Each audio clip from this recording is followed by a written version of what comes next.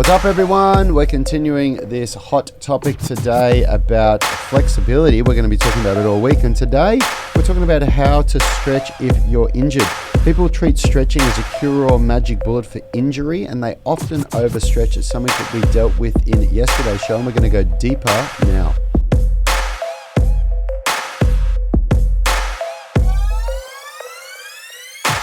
Good morning, everybody. It's Wednesday here in Sydney, Australia. I am joined with my brother Rad across the table, and behind the mic is Richie, the voice of God. We are Unity Gym and the Unified Movement System. Remember, Tribe, if you want to find out how we turn driven people into athletes, we give away our biggest secrets, our aha moments, insights, whatever you want to call them. In our blueprints, we have 3 for nutrition, strength, and flexibility. You can download them from the description if you're watching on YouTube or listening in the podcast, or you can grab them from our website, unitygym.com. How is everyone this morning? Yeah, good. This is a topic that's near and dear to my heart, of course. Yeah, absolutely. And it was off the back of a good question, and I hope you all are on our Inner Circle email list, because I always put a bit of context around the topic of the day and send that out as an email with a link back to the show and a link to the podcast. And I think yesterday was a cracking email, if I do say so myself. I think it's a really important topic for people to understand. It's a very misunderstood topic, the science of stretching and should you stretch when injured and all that sort of thing. So we're going to dive deeper today. We don't have Phil White with us today, unfortunately. He's got a lot going on and he had to take the day off to work from home. But yes. So this all came off the back end of I've just found it again, Jessie Hogveen's question, where she's talking about basically she's been watching a whole bunch of YouTube videos to understand how to get more flexible, and no matter how hard she tries, she can't make her front splits more flexible, and now she's starting to feel a lot of pain in her hip flexors, which she says her psoas muscles, which is part of the hip flexor, and she doesn't know if she should go to the chiropractor or less or more stretching or any of that stuff.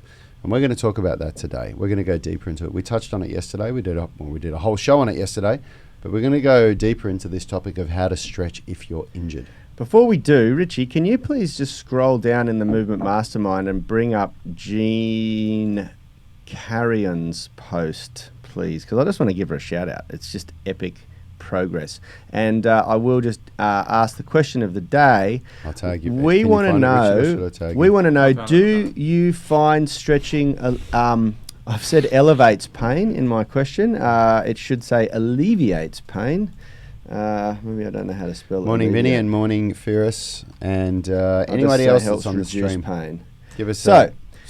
Question of the day: do you find stretching helps reduce pain? We want to know, because it's a really common way that people manage pain. I certainly do. If I'm feeling a bit of discomfort somewhere, I will stretch it out, and it's important that we talk about whether that's the right thing to do or not, because there are certain circumstances where you can make the problem worse. Just tell me when you've got... Yeah, I've got it up. Do you want me to shot?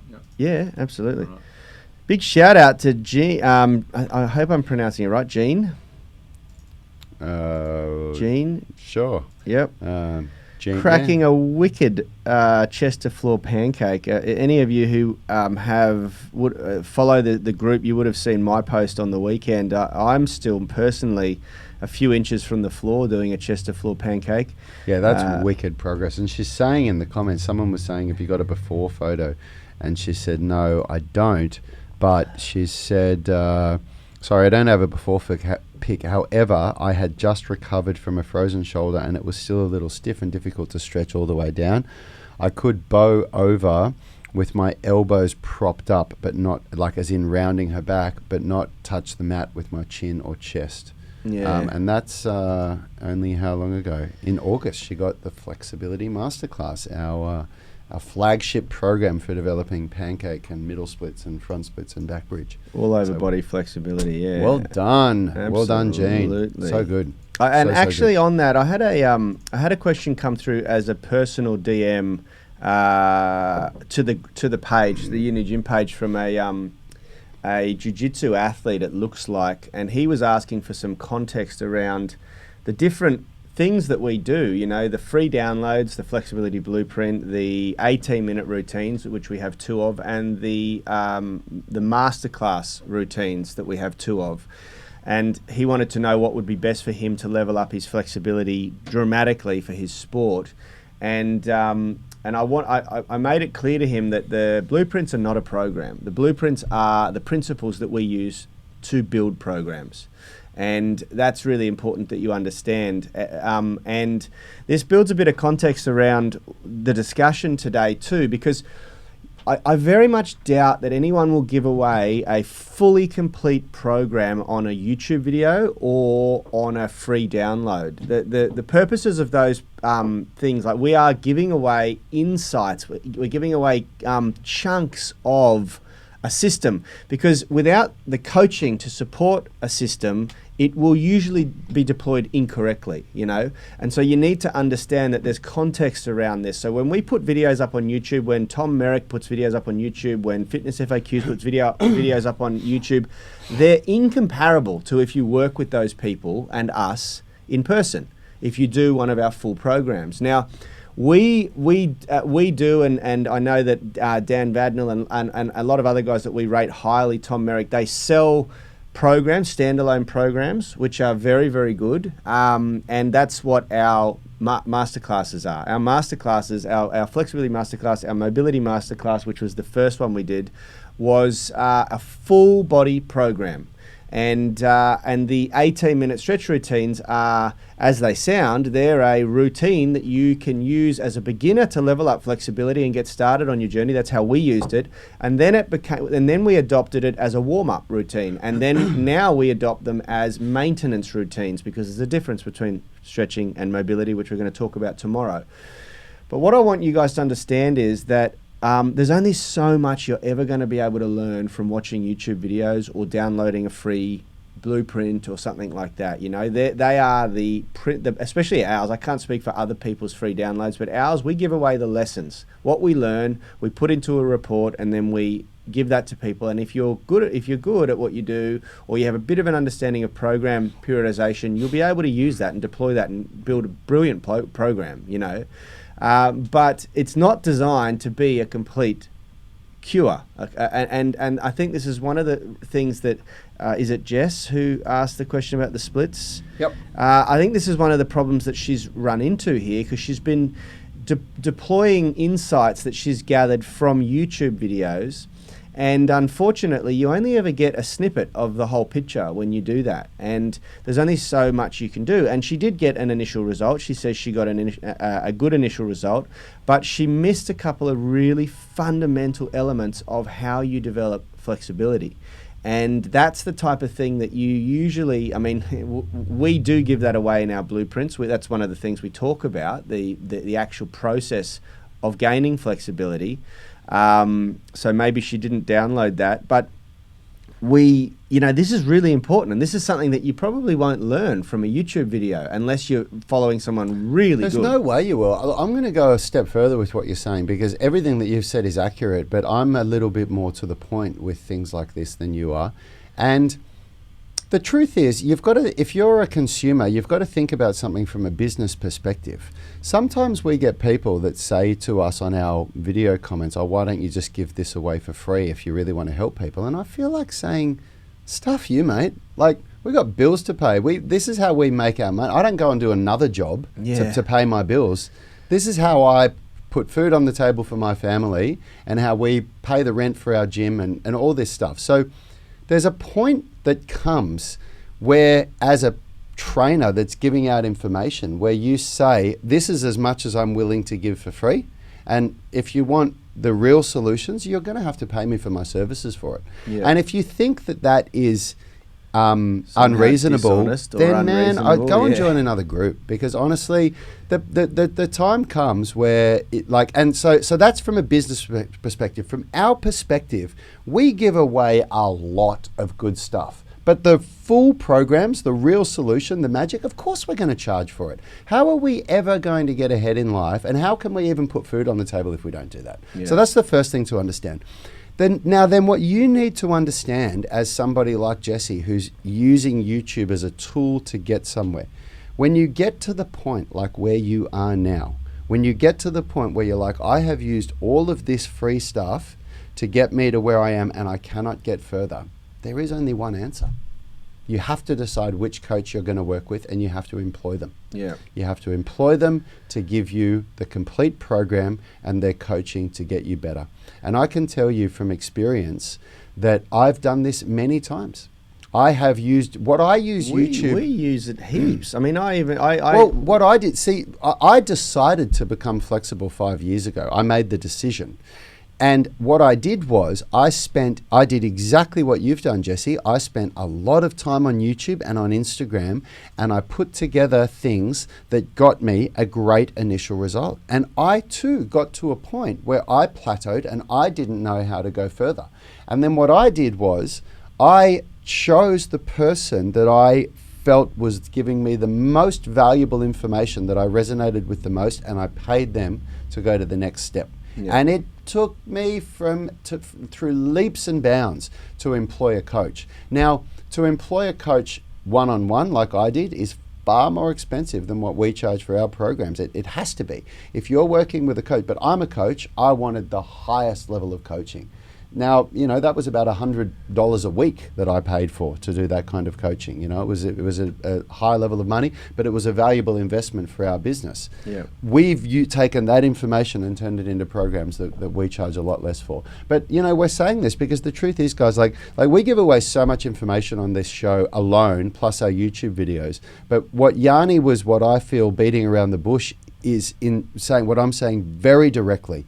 The point comes where if you feel that you are plateauing and you are not getting further, there is no more YouTube videos that you can watch that are going to get you to where you want to go. Yeah. The point comes where you have to go, all right, I need a coach that's going to really show me how to get past this point. I 100% agree with what Blakely's saying. First of all, big shout out. We got group royalty on the stream here. Blakely Hernage, one of our administrators. Hello, and so what's he saying? Blakely's saying, I did the YouTube thing for a while. It's a good way to learn the lingo and separate the BS from the real thing, but nothing compared to the real program. And I assume he's talking about our program, but he's also done lots. 10,000% to what I've just said. Yeah, he's Blakely and a couple of, and one of the reasons why Blakely, Tom Wood, and Biwa are our three administrators in the group is because they've done a lot of Blakely, programs. can you list off online. the programs that you've done? Because I know you've done a lot. Can you sprout off some of the programs that you've done? Yeah, please? that'd be awesome. I'd really love to talk about your experience here quickly, because Blakely's one of our first students with our online coaching. Yeah.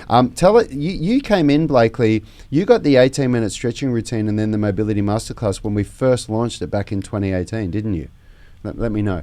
Yeah, and Vinny's saying, I've been doing the flexibility masterclass for 8 weeks now, integrated with the at-home workouts, and just wondering when or if it's appropriate to perhaps swap in some different movements.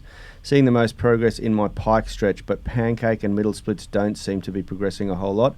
I've got a little twinge in what I think is the psoas muscle, deep groin, left side, that I can feel when I do the extension lifts with focal point, or even a Cossack squat. Eccentric middle splits totally set it off, so I don't do those. Active middle splits isn't too bad if I lower myself down. Just while I'm reading this, Vinny, can you share, if you don't mind, share your age, because that's going to build some context in my answer here, and I've forgotten. I believe I have an idea, but I've forgotten. If you don't mind, share your age in a comment. Active middle splits isn't too bad. If I lower myself down carefully, I'm careful not to push it when it gets painful. So I use my hand on my knee to support the weight, the extension lifts, and just don't go too deep into the Cossack squat. Is it best to keep carefully working or focus on other exercises that don't hit that as hard? Can I jump in here real quick? Vinny, do you do the UMS online coaching? Are you doing the foundations or the progressions program? He's not. No. Man, in all honesty, yeah, you need to get stronger. Yeah. It's not the flexibility that's holding you back, brother. This is one of the things I was going to say.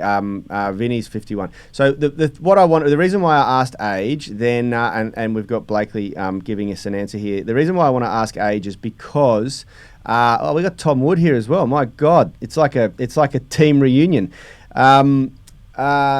as we said yesterday, and we built a lot of context around the mechanism of gaining flexibility, has very little to do with the lengthening of muscles. The muscles are elastic already. What it has to do with is the receiving of information between muscle and brain that prevents the full use of the length of that muscle, because we're not stable there, or we're not used to or confident going there. And the brain knows that you're compromised in that position, so it wants to hold you back. It wants to prevent you from going there.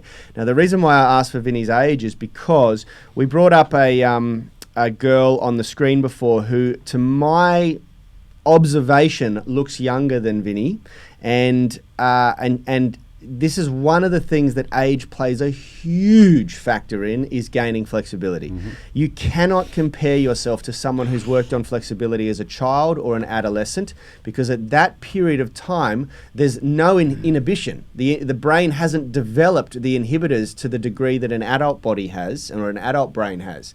It's this adage, the saying, if you don't move it, you lose it. That is about mobility. And as a child, you will see kids just dive into deep squats and splits and positions like that, because the inhibitors haven't been developed yet. So as you get older, anything over the age of 30, it becomes a little bit longer. It's not impossible at all. By no means am I saying that it's impossible, but you just have to work a little bit harder at it. And the reason why you're doing the pike stretch before the pancake, Vinny, is most likely because for some reason your brain, your body just feels a little bit more comfortable or confident in that. It's more stable in the pike stretch. You're not balancing. There's no element of balance there. So you're nice and stable. You're sitting on the floor. It's nice and easy. The moment you go out into the pancake, there's a little bit less sort of stability. There's a lot of pressure on the inside of the knees, and so the brain is going to hold on there. It's not going to feel as tough. He says, I've been training Taekwondo for 30 years, 4th degree black belt. And that's another thing I was going to say. When you've put that much effort into a training mechanism, you've built very strong neural pathways there. I've seen you demonstrating kicks and things like that. You're proficient at Taekwondo, and that's going to make it worse for you, because your brain's very fixed on what it can do, mm-hmm. and opening up that flexibility is going to be even more work. So I'm going to. We don't normally do this on these coaching calls. This isn't even a coaching call. What we do here, we do our coaching calls in the UMS online coaching group. But Vinny, I am going to provide you a little bit of specific information here then. So he's saying, I wish I had the time and money to do the foundations. Unfortunately not possible at this time. Have you got the 18-minute stretching routine? And if you do, did you get it in a bundle where you got the loaded stretching routine? Please tell me ASAP if you've got the loaded stretching routine. Because if you don't have time to do foundations, and you're saying that you can't do, it's like you're getting this twinge in your psoas muscle, or what you think is your psoas, and you can't do eccentric middle splits, honestly, the shortest answer that I can give you is that you do need to do more eccentric loading on your muscles. You need to strengthen the range of motion that you have. You won't be able to go as low in the middle splits if it sets it off, but that is showing a major weakness in your body, and that doesn't mean you do less of it. That means you address it. Yeah. You need to do, and the loaded stretching routine is unbelievable at addressing this issue. It's all about loaded eccentrics. Yep. The diagonal stretch in the loaded stretching routine is probably going to be one of the best things for you to do for your hip flexors. The diagonal stretch, you think about how much we did the diagonal stretch when we all started our flexibility journey, and what that did for us all. You know, because it's this loaded stretching on the hip flexors, it's so good to prepare you for all of the later stuff. And also, have the loaded stretching. Do it. Yep. Stop doing the flexibility masterclass for 6 to 8 weeks or so, and focus on the loaded stretching routine. And I can't remember how much Cossack squat there was in the loaded stretching routine. If there's not, then do it in there.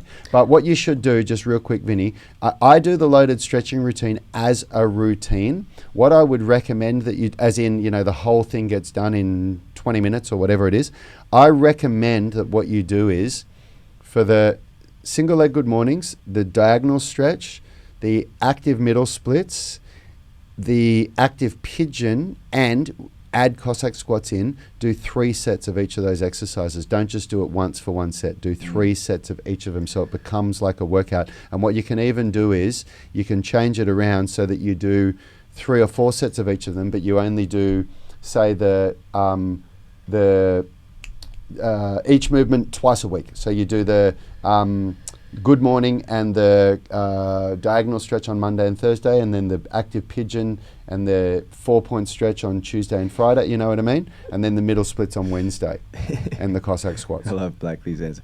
I want to just quickly, just hold on a sec. Vinny, he said here, I wish I had time/money to do the foundations. Unfortunately, not possible. How much is it a time issue and how much is it a money issue? And do you have access to equipment? Because I'm willing to put my money where my mouth is and give you that program for free if it's a money issue, so that you overcome this issue and then give us a raging review.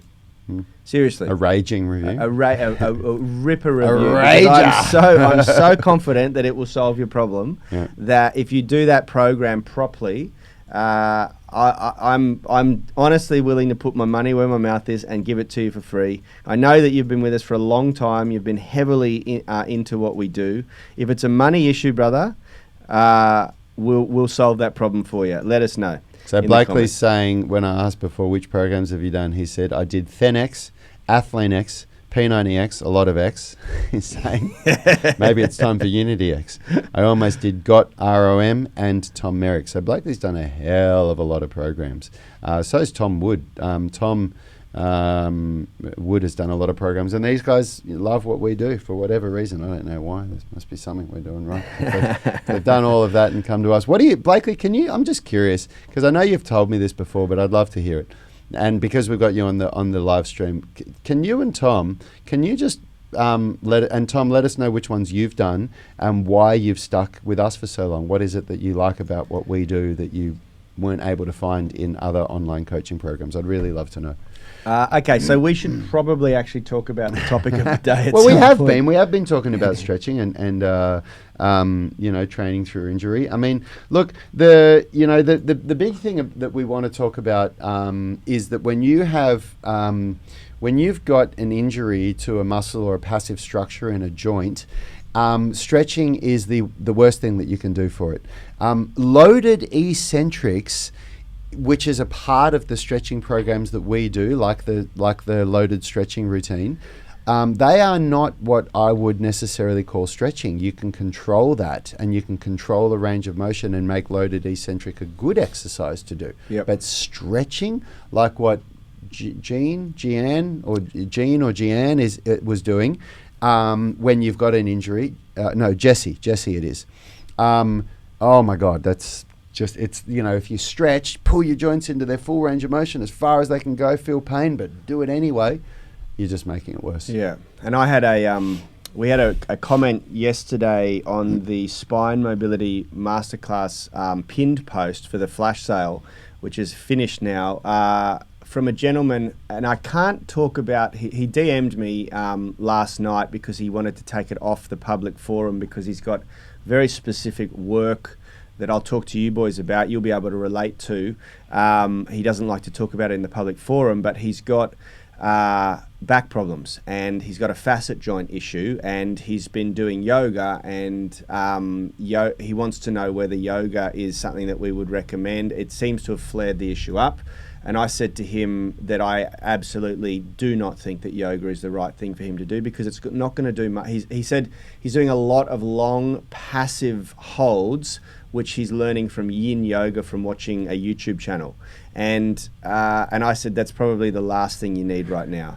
For what you're doing, which I can gather from the conversation so far, is very demanding on his body. He needs to build strength in end ranges, and doing long hold passive stretching is going to do nothing for that. It's probably going to destabilize the joints even more. And this is the thing, we naturally feel the need, and there is a notion that stretching is great for alleviating pain, and long passive stretching and gentle yin stretching is the right thing to do. But we've been at this, between the three of us in here, we've got a collective 55 years of industry knowledge. You know, we've done pretty well. 45 years, maybe. 15. Well, you and me have been in for 20? 17 years, so that's 34, and Richard's been in for 7 years, so 41 years. Yeah, and that doesn't include our own personal training before that. That's how long we've been coaching people. So, you know, we've got a fair bit of skin in the game, and in our experience, when you're experiencing a joint issue, joint pain, it's always a lack of strength. It's always a lack of strength, and it may feel tight. Richie. And Yep. if it feels tight, usually it's because there's a muscle in there, or muscles, or a muscle system that is overworked and not or ill prepared for what you're asking it to do, and the body clamps it down to prevent movement. Yeah, Blakely, I love how good is Blakely's answer. So I asked, of all these online training programs that you've done, why is it that you've stuck with us for so long? And he says, no dogma, not afraid to use weights and basic weightlifting when it's more appropriate, a universal systematic grammar to the whole thing that I can modify on my own. I prefer to be in control of my own without, and the UMS is the best tool for it. Love it, mate. Awesome. And then he's saying, plus when someone else has a great system or component, you're not afraid to just throw the whole thing in. And plus Richie, is handsome. How good is that? That's Tom, why what are we you put still him on the up show? there. Oh, here we go. Tom's jumped in now. Tom has done Athlete X, gold medal bodies, gymnastics bodies, upright health. Everything I've followed in the past has focused on either strength or flexibility or calisthenics. Nothing I've done has put all this together like your program does. Love it. That's awesome. Love it. We didn't intend this to just end up being a big, you know. Yeah, but we never get these two guys on the show. And Yeah, it's- I know. I mean, look, the truth is that I'm gonna take the opportunity to say it. We make a conscious effort to, in these shows, to give value, to answer questions, to try and demystify this whole thing for people, without plugging what we do all the time. But every now and then, when it's appropriate, like it is in answering Jessie's question about this stretching stuff and her search on YouTube, I really believe it's appropriate for us every now and then to just say, we back what we do and this is why. And having Tom and Blakely on the show, two guys that are like Blakely said here, he was the 5th person to sign up to the Foundations program when we launched it in January 2019. You know, these guys are really, some of our best testimonials. They've come so far. Jesus has asked, is it Jesus? Jesus, I don't know. Is it?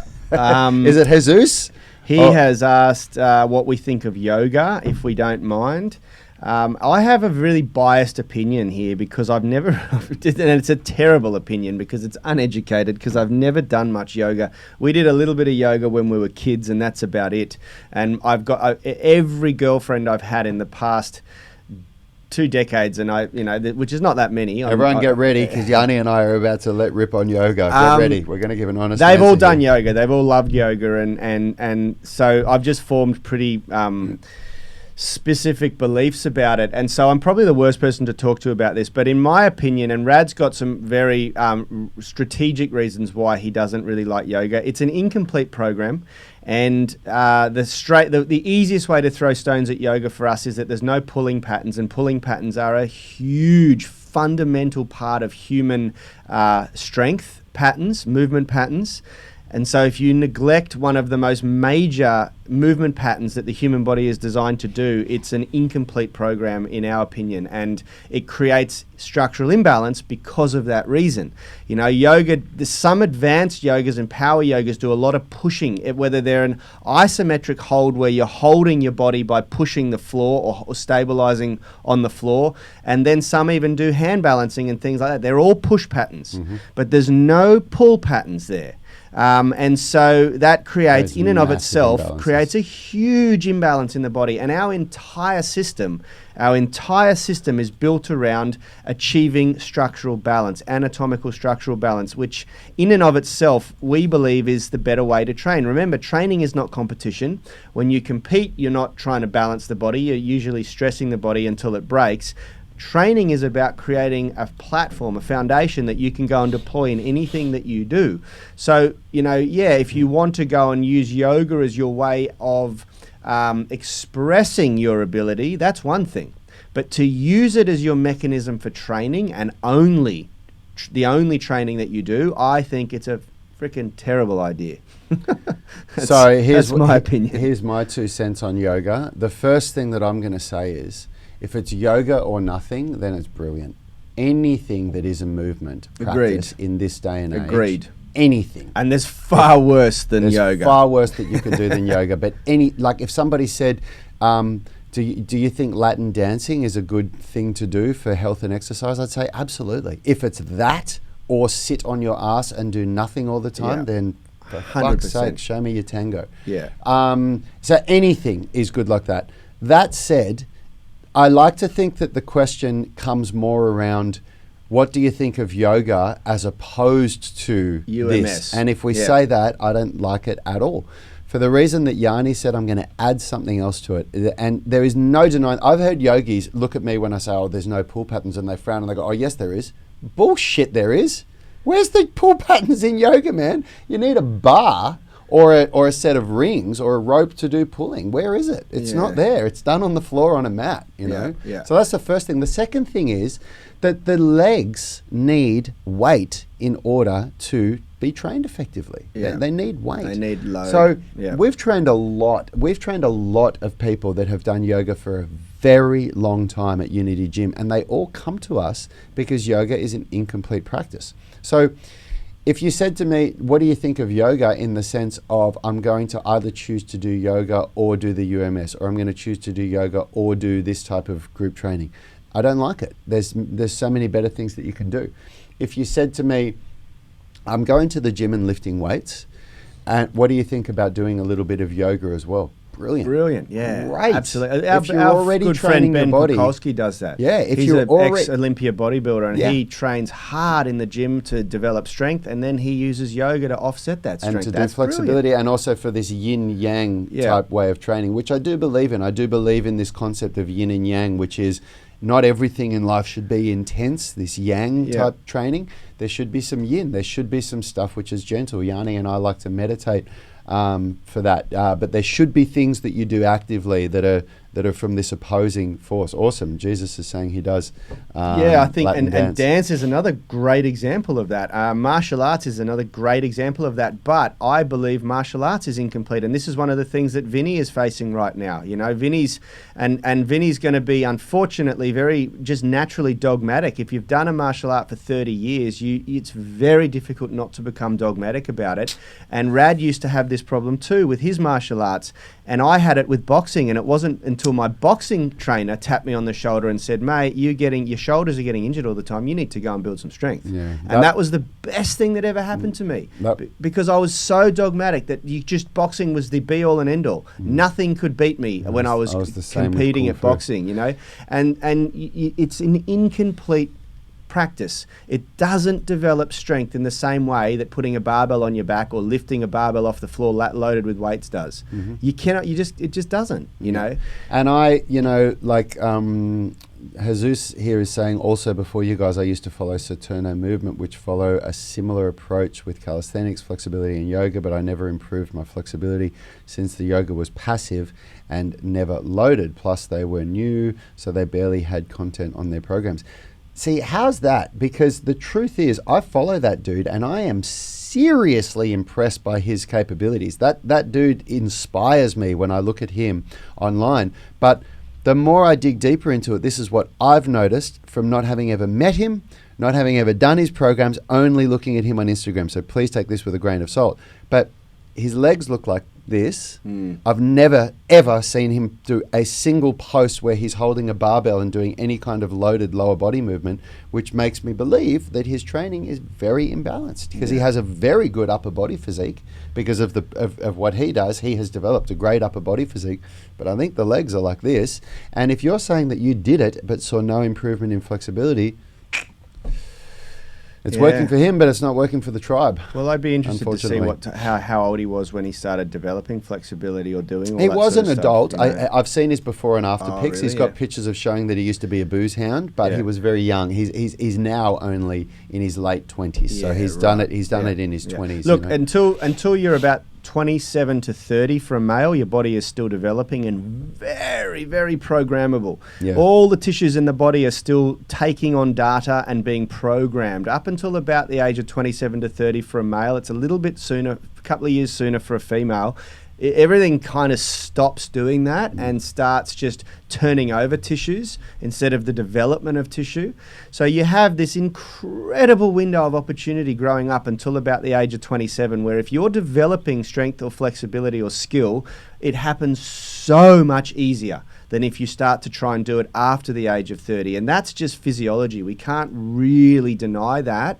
And so I'm always really, really a little bit judgy on people who create systems when they do it that young. I'd love to see how their system changes and evolves if they had started trying to do it after the age of 30, after the body has stopped developing, because it's a little bit different for them. It's going to happen a little bit differently. Now, that's not to say that they don't know what they're talking about. I'm not saying that at all. I'm just saying that it's a different experience for an adult to gain strength and flexibility as it is for a child or an adolescent. Yep. It's a very different experience. And so it's hard for someone like Vinny, who's sitting there watching videos of younger, much younger people getting faster results. It can become really frustrating, because you're kind of like, man, I'm doing all the work.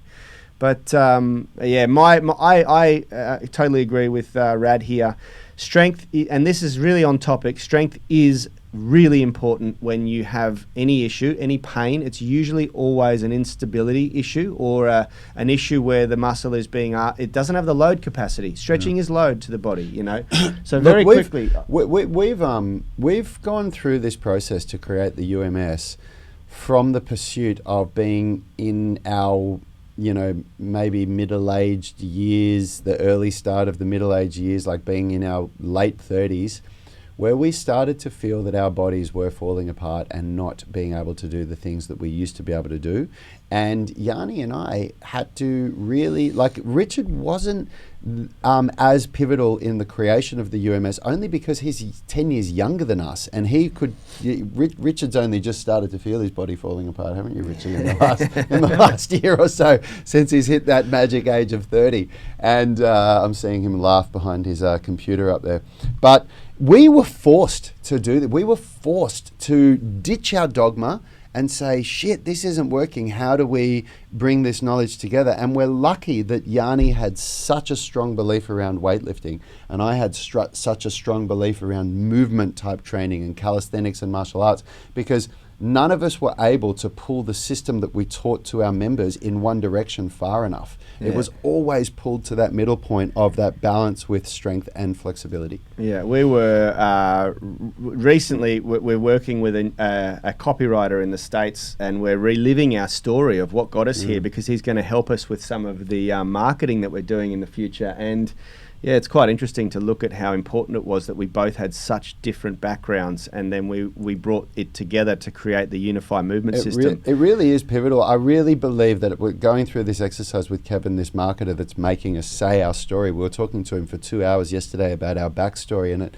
really was a point of reflection where I was able to go, wow, that's where we've come from and what we did. And I truly believe that the magic of the UMS comes from the fact that you and I had such polarizing differences. I don't think that any one person would have been able to create what we've created. Not at all. And we wouldn't have been able to create it without Richie's good looks. It's a unification of the experiences of Rad and I and the looks of Richard. Look, Richard has had plenty of his input. Of course, joking. Richard had a lot of plenty of his input into this as well, because he has had many a time where he's pointed out, we're doing too much of this, or we're not doing enough of this, and we've got it to that place. It's just that Yanni and I have been the vocal ones. But look, guys, we've gone way over time today, but that was something that was very... It was a good discussion. Very passionate about. I thoroughly enjoyed that discussion. Very quickly, before we finish, here's what we need to point out today. If muscles usually feel tight due to an overload-induced spasm, building capacity should be your priority. Capacity comes through both a mix of loaded stretching and strength training. Stretching to end range is aggravating for passive structure injuries, so do not do it if you're hurting. It's just going to make the problem worse, and if you experience pain, then you're stifling the flexibility adaptation process anyway. Okay, and more range can be detrimental to injury risk if range cannot be controlled. Remember, stability comes first. Strength and stability comes first. I'll repeat our mantra that we have printed on the wall here. True flexibility cannot be achieved in the absence of strength. So if you are trying to get flexible and you're not at the same time developing strength, you are wasting your time. Yep. That's I want to give a special shout out and thank you to Blakely and Tom Wood. These guys I love having you guys on the show for many reasons, but these guys, give so much value to these groups, and they do it out of the love for what they do. Absolutely, and also a huge shout out to everyone, Vinny as well, for sharing their story, because it is a really, really important. It's really important for you guys, and this is why we are always encouraging you to leave Google reviews and Facebook reviews, because your stories and your experiences are far more valuable and far more impressionable to people who are sitting on the fence and wondering whether they should go down this path of flexibility and strength training. Training in balance, training for structural balance. This is so important that people learn this message, and your stories play a huge role in people making the decision to go down this path. So thank you very much. I agree with you, Vinny. Very good episode, great discussion, and I think there's a lot of useful insight in there for everybody. Yeah, tomorrow we're going to be talking about flexibility training. How much should you stretch? So tune in for the dosage. That one. The dosage for best how results. To get it all right. Yep. See you tomorrow, everyone. Have a great day, guys. Health is about performance, not just body image. You better be willing to accept what you're going to have to do to get there. We'll start focusing on movement goals, strength goals, flexibility goals. When you nail that skill, that's there forever. The body image goal doesn't get you that far. It's the consistency and frequency that's going to get you there. It's not the intensity. There's no shortcuts to mastery and movement. Destination doesn't change overnight, but your direction will. The gym is not the place to beat up the body that you hate. It's the place to build the body that you love. We are the gym that teaches people how to move instead of just exercise, because we believe that health is about performance, not just body image.